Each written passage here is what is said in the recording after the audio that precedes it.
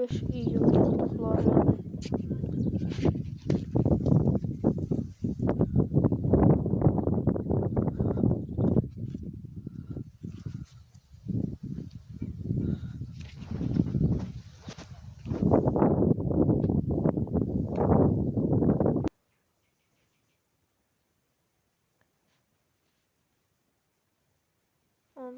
İyul tuttuklarım balıklar hamısı.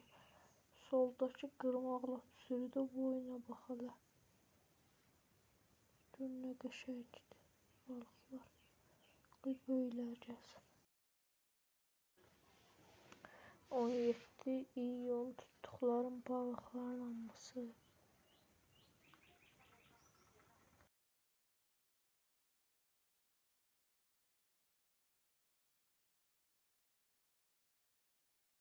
Bir təhər çıxartdım indi bunu.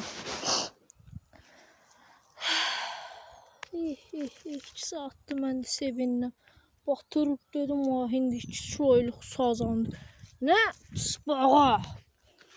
Pis bağa. Ay ölü his gəldi bundan.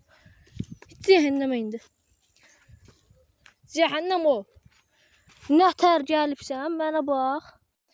Mənə bax hə köpək uşaq. Nətər gəlibsən elə də vızqırt başlanı. Bax şimdi nətər gözəkib götürdü başını bu. Harasıdır. Neyse bilmirəm harasıdır.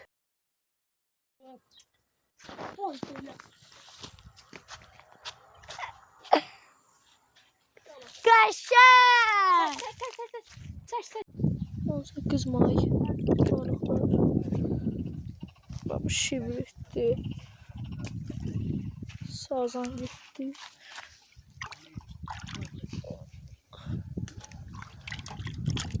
Bilmirəm. Sazan.